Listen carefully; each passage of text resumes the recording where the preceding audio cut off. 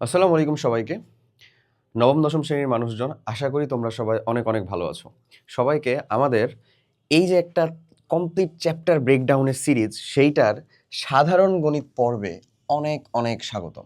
এটা আমাদের arts, commerce, science তো অবভিয়াসলি প্রত্যেকের জন্যই খুবই খুবই গুরুত্বপূর্ণ হতে চলেছে। কারণ আমি তোমাকে এই ব্রেকডাউনের মধ্যে যখন তুমি পড়াশোনাটা কেবল শুরু করেছো, অথবা দশম শ্রেণীর মানুষজন অলরেডি ১ বছর পড়ে আরও ১ বছর সামনে তুমি ইফোর্ট দিবা, তখন তুমি তোমার টু জেড সবটা জানতে পারবা, বুঝতে পারবা যে কিভাবে কি পড়বা, কতটুকু পড়বা, কোনগুলাকে আগে ফোকাস দেওয়া দরকার। পুরাটা এই যে দেখো, এখানে বিভিন্ন কালারে বিভিন্ন কিছু ইঙ্গিত করে মার্ক করা আছে। প্রত্যেকটা জিনিস তোমার জন্য আসলে গুরুত্বপূর্ণ। প্লাস আমি তোমাকে কিছু আসলে ম্যাথ এক্সট্রা কিছু আর কি টিপস দিয়ে রাখি, যেটা আমি মেইনলি ফলো করতাম, মেইনলি হচ্ছে যে দেখতাম। সো তুমি এটার ভিতরে সুন্দর মতন এই ভিডিওটা দেখার আগে তুমি বই খাতাটা নিয়ে বসবা, তোমার সূচিপত্রটা যেন অ্যাটলিস্ট থাকে, অথবা খাতাতে হলেও তুমি লিখে নিতে পারো। আর শেষ অবধি দেখলে আমি তোমাকে বিভিন্ন ফ্রি সোর্সের কথা দেখাই দিব, যে যেই সোর্সের মাধ্যমে তুমি কিন্তু তোমার চাইলে ম্যাথের একটা বিশাল অংশ ফ্রিতে কমপ্লিট করতে পারবা, কিছু অ্যাডভান্স জিনিসপাতি সহ।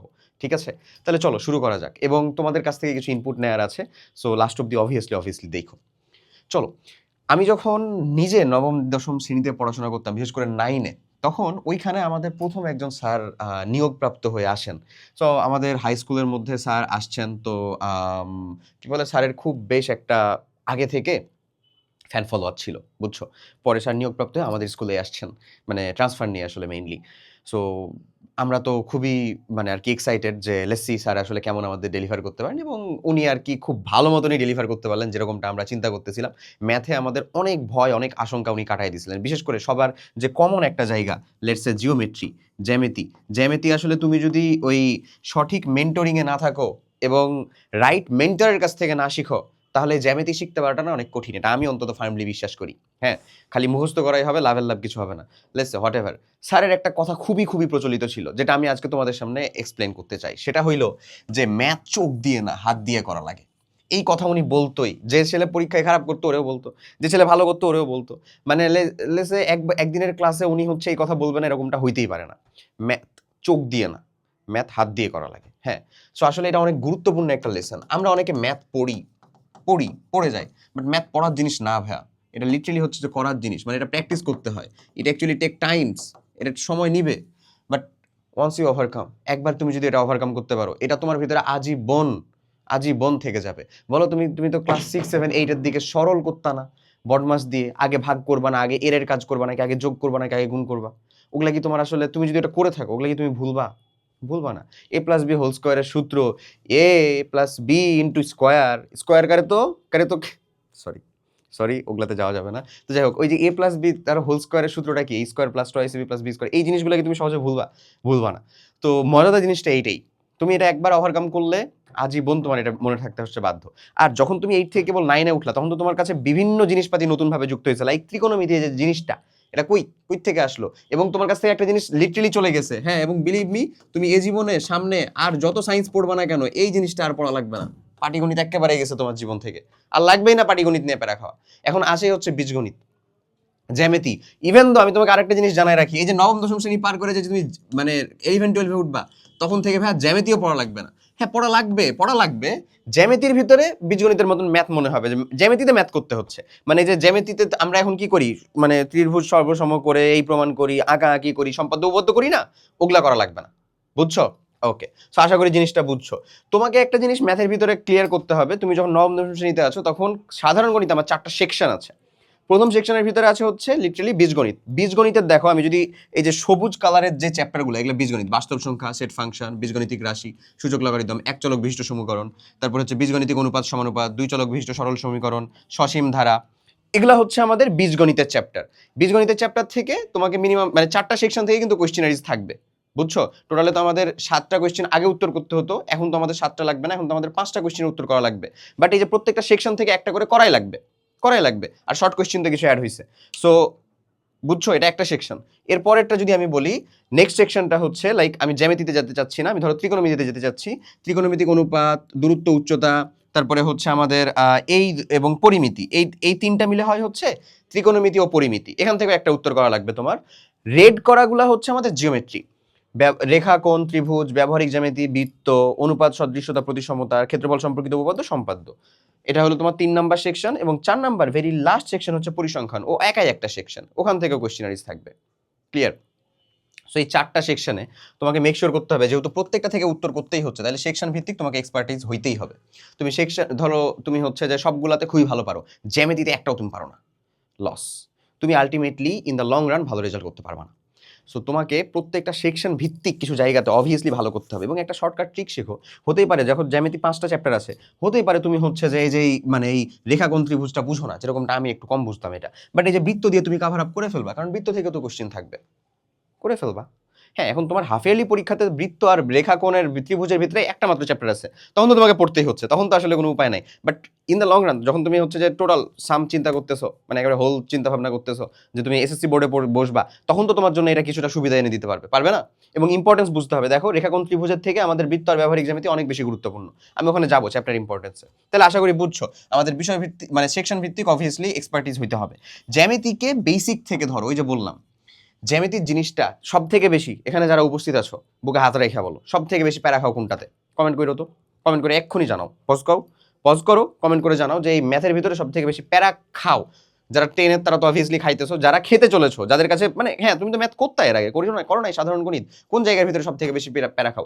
আমি বলবো এটা 10টার ভিতরে 7টা থেকে 8টা কমেন্টই হবে হচ্ছে জিওমেট্রি। আমি পার করে আসছি ভাই, একেবারে তো আর অমিল হইতে পারে না। ওকে, এরপরে আসো ক্যালকুলেটরের সর্বোচ্চ ব্যবহার শিখো। এই জিনিসটা না খুবই গুরুত্বপূর্ণ। ক্যালকুলেটর দিয়ে আমরা আমাদের নবম দশম শ্রেণীতে হিউজ সংখ্যক জিনিসপাতি অনেক সিম্পলিফাই করে ফেলতে পারি, অনেক সিম্পলিফিকেশনের মাধ্যমে খুব ইজিলি উত্তর কমপ্লিট করে ফেলতে পারি। এবং লাস্ট এখানে একটা জিনিস দেওয়া আছে, এমসিকিউ এর টেকনিকের প্রতি গুরুত্ব দিও। এমসিকিউ লেসে একটা ম্যাথ যেটা আর কি গ নাম্বারে দেওয়া আছে 4 মার্কের, বা খ নাম্বারে দেওয়া আছে 4 মার্কের, সেটা কিন্তু এমসিকিউ দেওয়া পসিবল। ওটা ধরো প্রসিজিয়ারটা অনেক বড়, কিন্তু এমসিকিউ এর উত্তর করা ফেলা পসিবল, এবং ক্যালকুলেটরে ওটার অপশন টেস্ট, অপশন এলিমিনেশন, বিভিন্ন উপায়ে ক্যালকুলেটর দিয়ে হচ্ছে যে উত্তর বের করা, বিভিন্ন উপায়ে কিন্তু ম্যাথের এমসিকিউর উত্তরগুলো কমপ্লিট করা যায়।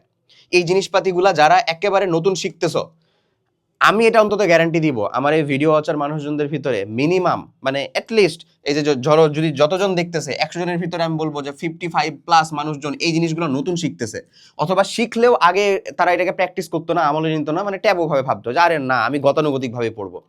বিশ্বাস কর ভাইয়া, গতানুগতিক ভাবে পড়াটাতে তুই সাকসেস হবি, আমি জানি হবি। কেউ শুধু শর্টকাট পড়ে আসছে, ওর জন্য এটা 50-50 চান্স, যদি শর্টকাট না আসে তাহলে কিন্তু মারা খেয়ে যাবে। আর ধর কেউ গতানুগতিকও পড়ছে সাথে শর্টকাটটাও জেনে রাখছে, ওর কি হারার কোনো চান্স আছে? নাই। আমি যাচ্ছি তুই 3 নাম্বারটা হ, অর্থাৎ গতানুগতিক যেটা মানে ধর যেটা করে রিয়েল নিয়ম, যেটা প্রসিজিয়ার, সেটা তো তুমি কমপ্লিট করবাই, তুমি তো ডেরিভেশন সহ কমপ্লিট করবাই, সাথে সাথে তুমি এটাকেও মাস্ট বি একেবারে প্রায়োরিটিতে রাখবা যে আমি শর্টকাটটাও শিখবো, শর্টকাটেও এটাকে কমপ্লিট করতে পারবো, আমি পারবো, ইনশাল্লাহ পারবো। এই গাছটুকু রাখলেই হয়েছে। তাহলে আশা করি ম্যাথের একটা ওভারঅল টোটালটা কমপ্লিফিকেশন করার জন্য কি আদলে আসলে পড়া উচিত এটা বুঝা গেছে। আমরা চ্যাপ্টার ওয়াইজ ব্রেকডাউনে এবার হচ্ছে যে চলে যায় আমার ইম্পর্টেন্স চ্যাপ্টারগুলো কি। তো আমাকে ইম্পর্টেন্ট চ্যাপ্টার বাছাই করার জন্য অবভিয়াসলি প্রত্যেকটা সেকশন থেকে জিনিসপাতিকে পিক আপ করতে হয়েছে। সো লেটস সে আমি যদি যাই, আমি তোমাকে হচ্ছে যে 3 স্টার 2 স্টারটা দেখাই দিব। হ্যাঁ, যেখান থেকে ওই তো বললাম আমরা তোমাকে এমন 20% জিনিসপাতি দেখা যায় যেখানে হচ্ছে 80% মার্ক ইনশাল্লাহ যেখান থেকেই হচ্ছে হবে, মানে 80% মার্ক তারাই ক্যারি করবে ইনশাল্লাহ। ওকে, সো এই শুরুটার ভিতরে যদি যাও তাহলে সেট ফাংশন অবভিয়াসলি। এবং এখানে আমি একটা কথা একটু শুরুতেই বলি, সেটা হচ্ছে ভাই তোমাদের যে হায়ার ম্যাথ, অবভিয়াসলি তোমরা বিশাল সংখ্যক মানুষজন হায়ার ম্যাথ নিয়ে রাখছো, হায়ার ম্যাথ নেই বেটার, কারণ তোমাকে আলটিমেটলি ওই এইচএসসিতে এসে হায়ার ম্যাথই নিতে হবে। তো যেহেতু হায়ার ম্যাথ নিয়ে রাখছো, নাহলে এটাকে 4 সাবজেক্টে চেঞ্জ করতে হবে, চেঞ্জ করলে আবার ইঞ্জিনিয়ারিং রিলেটেড সাবজেক্ট সব বাদ হয়ে যাবে। সো হায়ার ম্যাথ নিয়ে রাখাটা বেটার। হায়ার ম্যাথের সাথে কিন্তু অনেকগুলো চ্যাপ্টারের নামে মিল পাবা, কাজেও কিছুটা ধরনের মিল পাবা। হ্যাঁ, হুবহু মিল থাকলে তার আলাদা করে বই দিত না নিশ্চয়ই। লেটস সে সেট ফাংশন ওখানেও আছে, বাট ওখানেরটা বেশি একটু আপগ্রেডেড। সূচক লগারিদম ওখানেও আছে। হচ্ছে যে তারপরে আমি যদি বলি ত্রিকোণমিতিক অনুপাত, ওখানেও আছে, ত্রিকোণমিতি আছে। এখানে সসীম ধারা আছে, ওখানে অসীম ধারা আছে, ওখানেও জ্যামিতি আছে, বুঝছো? বাট ওইটার হার্ডনেসটা আর একটু বেশি। হার্ডনেস তো না, ওখানে প্র্যাকটিস করতে হবে আর একটু বেশি, সিম্পলি বললে। আচ্ছা, আসো যেটা বলতেছিলাম, সেট ফাংশন মোস্ট ইম্পর্টেন্ট একটা চ্যাপ্টার, প্রথম কিন্তু বাস্তব সংখ্যা থেকেও। বীজগণিতিক রাশি মোস্ট ইম্পর্টেন্ট একটা চ্যাপ্টার, বীজগণিতিক রাশি কিন্তু ওখানেও আছে। হ্যাঁ, ওকে। এরপরে আসো হচ্ছে সূচক লগারিদম, এটা 2 স্টার, আগে আমরা 3 স্টারটা বলে দিই। হ্যাঁ, তারপরে চলে আসো ডিরেক্ট ব্যবহারিক জ্যামিতি। ব্যবহারিক জ্যামিতিটা হচ্ছে বেসিক্যালি সম্পাদ্য। ওকে, এরপরে বৃত্ত ভেরি ভেরি ইম্পর্টেন্ট, এখানে উপপাদ্য সম্পাদ্য একসাথে যুক্ত। এই একটা জিনিস করলে এখান থেকে এক সেট কোয়েশ্চেন ইজিলি কমন পাওয়া যায়। ত্রিকোণমিতিক অনুপাত মাস্ট, ভেরি ভেরি ইম্পর্টেন্ট। এরপরে নেক্সট অংশের ভিতরে যাও, এই এই এই এই একেবারে একেবারে একটা কাট দাও। আচ্ছা, এই একেবারে একটা কাট দাও, ডিরেক্ট চলে আসা হচ্ছে পরিমিতিতে, তারপরে চলে আসা হচ্ছে পরিসংখ্যানে। এই জিনিসটা হচ্ছে তোমার লিটারেলি টপ মোস্ট ইম্পর্টেন্ট একেবারে, যেটা ট্রিপল স্টার দেওয়া। এরপরে আসো ডাবল স্টার, এটাকে আমরা ছাড়তে পারবো না, অবশ্যই কমপ্লিট করতে হবে, বাট মানে সিরিয়ালটা আগে ট্রিপল স্টার করার পরে ডাবল স্টারে যাবো এমন, বুঝছো? বাট ইম্পর্টেন্সের দিক দিয়ে তারা কিন্তু আসলে 19-20 টাইপের লিটারেলি, তো 20 অবশ্যই ট্রিপল স্টার, বুঝতেছো তো? আচ্ছা, এর ভিতরে সূচক লগারিদম মাস্ট। এক চলক বিশিষ্ট সমীকরণের থেকে আসলে গুরুত্বপূর্ণ যেটা, সেটা হচ্ছে দুই চলক বিশিষ্ট সরল সহ সমীকরণ, বুঝছো? ওখানে দেওয়া আছে ওই জন্য। এরপরে চলে আসো দূরত্ব উচ্চতা। ভাই ত্রিকোণমিতিক অনুপাত থেকে কোনো একটা বোর্ডে মিস চলে গেলে দূরত্ব উচ্চতা থেকে জীবনে মিস যাবে না। এবং দূরত্ব উচ্চতা ম্যাথগুলা তুই যদি দেখিস ভাই, ডাল ভাত লাগবে ভাই, একটু বোঝার জিনিস আছে বেসিক, তারপরের অংশ থেকে ডাল ভাত লাগবে।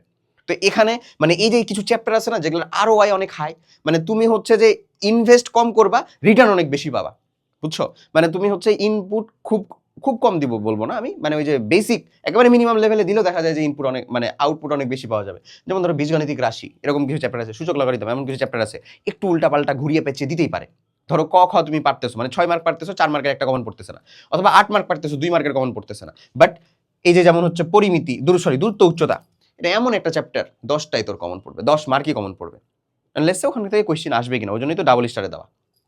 ওকে, এরপরে চলো ওই যে বললাম দুই চলক বিশিষ্ট সমীকরণ, তারপরে সসীম ধারা। ধারা অবভিয়াসলি গুরুত্বপূর্ণ, মজাদার এবং খুব সহজ, কিন্তু এই যে ROI হাই এরকম টাইপের চ্যাপ্টার আর কি। এরপরে চলো ভাই ক্ষেত্রফল সম্পর্কিত উপাদ্য সম্পাদ্য, এটা হচ্ছে কোথায় তোমার এই যে জ্যামিতির ভিতরকার ইম্পর্টেন্ট, হ্যাঁ। তারপরে পরিমিতি, এগুলা তো মানে একেবারে ফুল ইম্পর্টেন্ট। তাহলে লেসে একেবারে বাদ থাকতেছে কি, বীজগণিতিক অনুপাত সমানুপাত, এরকম অনুপাত সদৃশ্যতা প্রতিসমতা জ্যামিতির মধ্যে থেকে এরকম। তারপরে বাদ থাকতেছে একেবারে যেরকম, সেটা হচ্ছে রেখা কোণ ত্রিভুজ, এটাকে বাদ দেওয়া সম্ভব না আসলে, এটাকেও তোমাকে ডাবল স্টারে দিতে হবে বেসিক্যালি, হ্যাঁ। তারপরে এক চলক বিশিষ্ট সমীকরণ, বাস্তব সংখ্যা, এগুলা সিরিয়ালটা কি হবে তারও পরে হবে, যদিও বাস্তব সংখ্যা তোমরা ম্যাক্সিমাম মানুষজন অবভিয়াসলি শুরু চ্যাপ্টার হিসেবে করে ফেলো, দ্যাটস ওয়াই এটা থেকে আমি ট্রিপল স্টার বলি বা ডাবল স্টার বলি, এটা তো কমপ্লিট করছোই তুমি, ক্লিয়ার না?